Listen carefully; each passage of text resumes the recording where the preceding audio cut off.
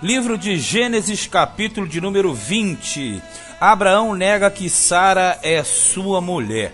Bem, o capítulo 20, ele na verdade ele está fora da ordem cronológica. Isso nós falamos em vários momentos da Bíblia, porque existem capítulos que são colocados agrupados e não estão, na verdade, em uma ordem cronológica, como acontece em Gênesis capítulo 11 e 12, que deveria ser o 12, na verdade, o 10 e o 11, que seria o 11 na frente do 10 e coisas desse tipo. Por que eu falo?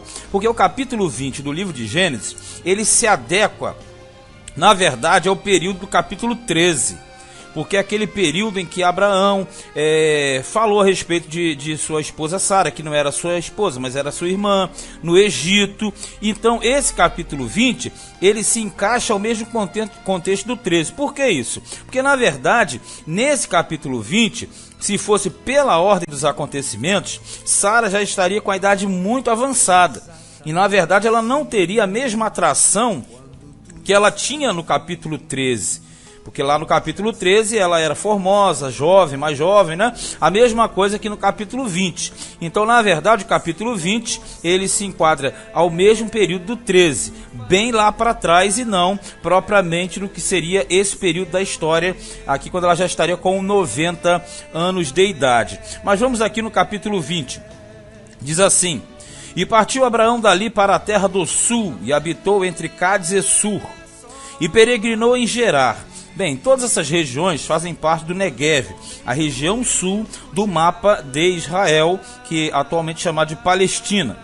Versículo 2: E havendo Abraão dito de Sara, sua mulher, é minha irmã, enviou Abimeleque, rei de Gerar, e tomou a Sara. Deus, porém, veio a Abimeleque em sonhos de noite, e disse-lhe: Eis que morto és por causa da mulher que tomaste, porque ela está casada com o marido.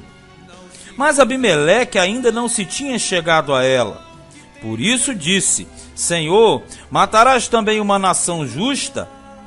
Não me disse ele mesmo: é minha irmã? E ela também disse: é meu irmão. Em sinceridade do coração e em pureza das minhas mãos tenho feito isto.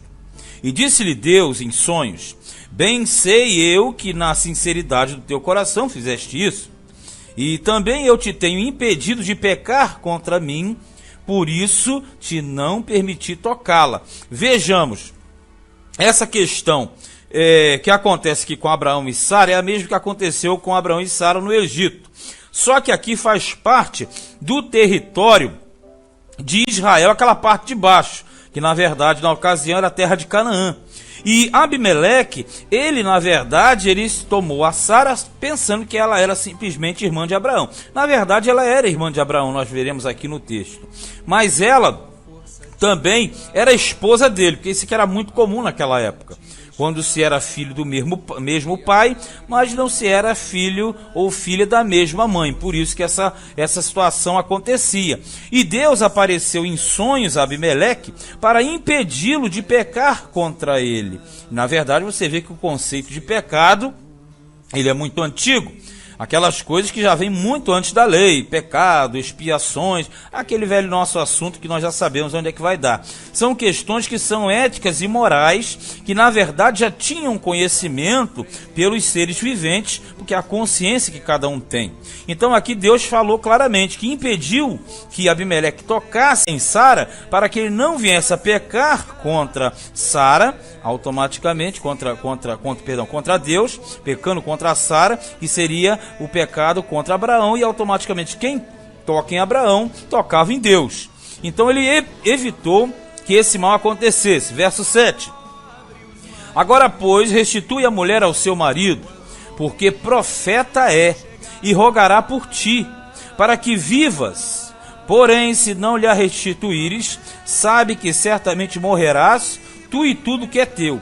Vejamos, aqui Deus fala que Abraão é profeta. E temos o seguinte ponto: profeta, biblicamente, é aquele que fala inspirado por Deus. Porque muito se confunde a questão do cargo do profeta. O cargo do profeta só vai aparecer lá na frente em Israel. Na verdade, quando você se refere ao elemento A, ou B, ou C, como sendo profeta, como é o caso aqui de Abraão, o caso de Moisés mais à frente, eles são chamados de profeta porque eles eram porta-vozes de Deus naqueles contextos históricos. E não porque eles possuíssem o cargo de profeta, porque o cargo de profeta só vai existir, na verdade, quando houver a existência de Israel, do povo de Israel e da lei de Deus. Então, quando ele se refere, porque ele é profeta, quer dizer, porque ele é meu porta-voz, ele é o meu representante na terra, e não que ele possuísse o cargo de profeta, que seria simplesmente impossível. Isso acontece não só com ele, como com Moisés, Miriam, Débora e etc. Não eram profetas do cargo de profeta, e sim, por serem inspirados por Deus, chamados eram de profetas. E ele diz mais, e rogará por ti, o que apresenta uma outra característica, porque aquele que intercedia não era profeta, aquele que intercedia ele era sacerdote. Onde é que nós queremos chegar com isso? Quando nós pegamos a pessoa de Abraão, na verdade Abraão, ele vai prefigurar Jesus também. De que forma? Ele é, na verdade, um rei, porque ele é representante de Deus na terra. Ele é o herdeiro da promessa e o chefe do clã. Então, na verdade, ele simboliza um rei. Depois você tem ele como profeta, porque ele é o porta-voz de Deus. E em terceiro lugar, ele também é sacerdote, porque ele sacrificava e intercedia diante de Deus. Então, por estas e outras, Abraão é uma grande simbologia de Cristo, assim como Davi também, assim como Melquisedeque também. E nós verificamos isso já lá no capítulo 14. Então, esses personagens, eles eram responsáveis por uma manifestação em um sistema que prefiguravam a vinda de nosso Senhor e Salvador Jesus Cristo, e até mesmo a nossa condição atual de reis, sacerdotes e profetas. Verso 8 diz: E levantou-se Abimeleque pela manhã, de madrugada, chamou todos os seus servos e falou todas estas palavras em seus ouvidos, e temeram muito aqueles varões.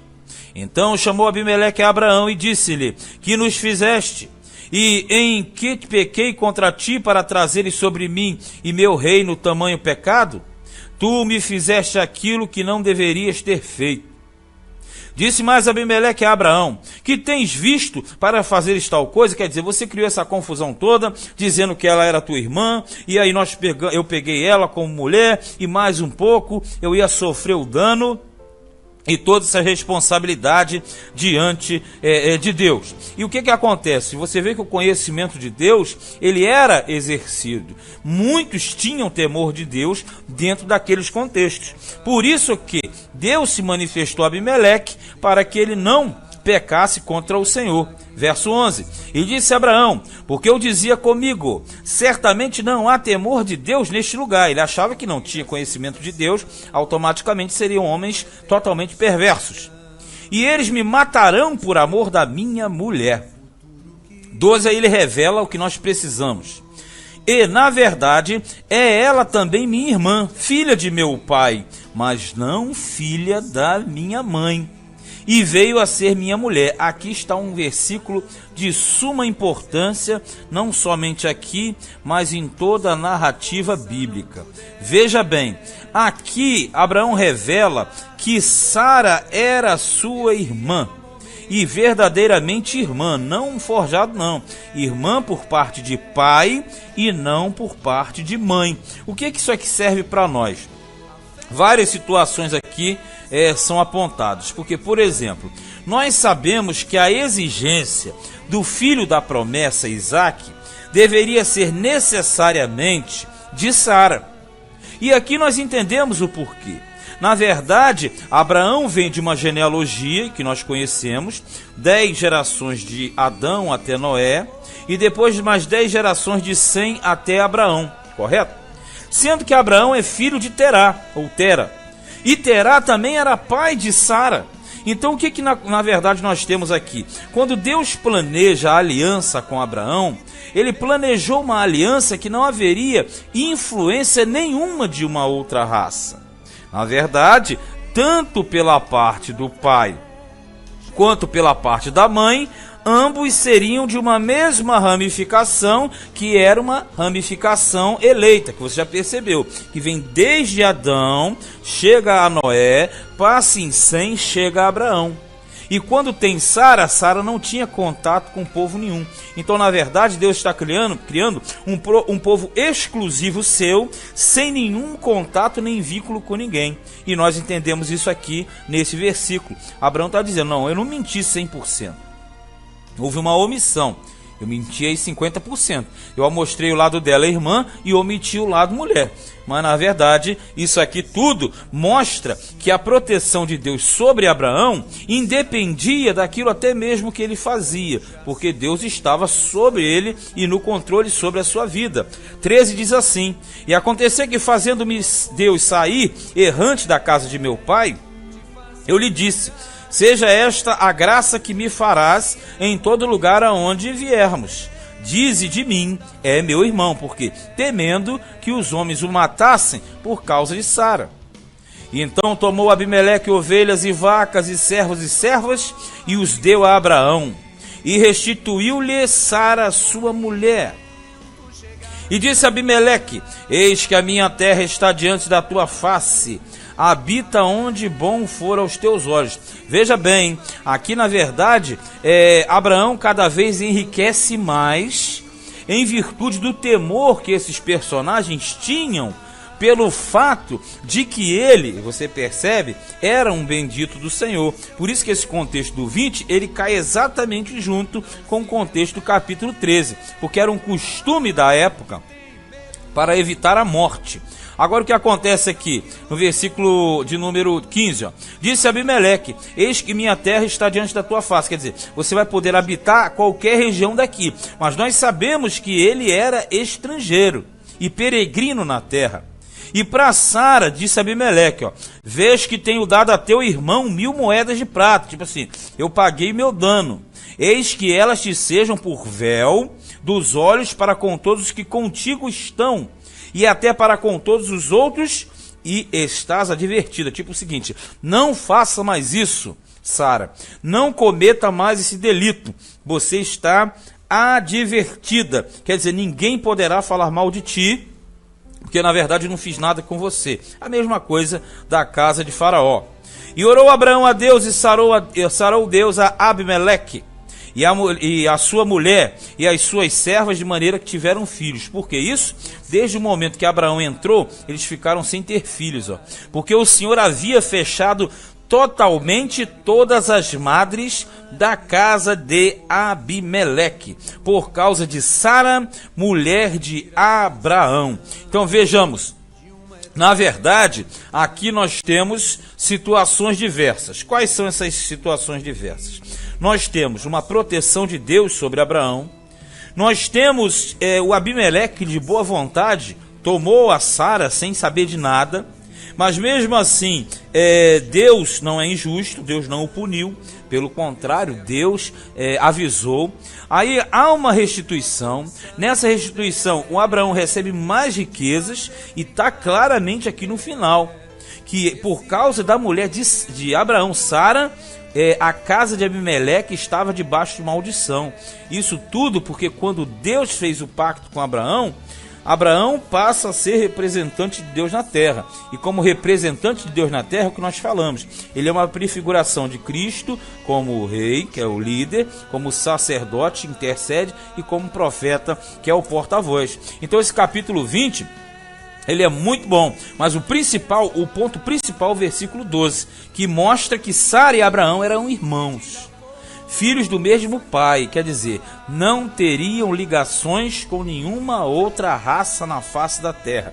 Criariam um povo eleito, criariam um povo escolhido. Este foi Gênesis capítulo de número 20.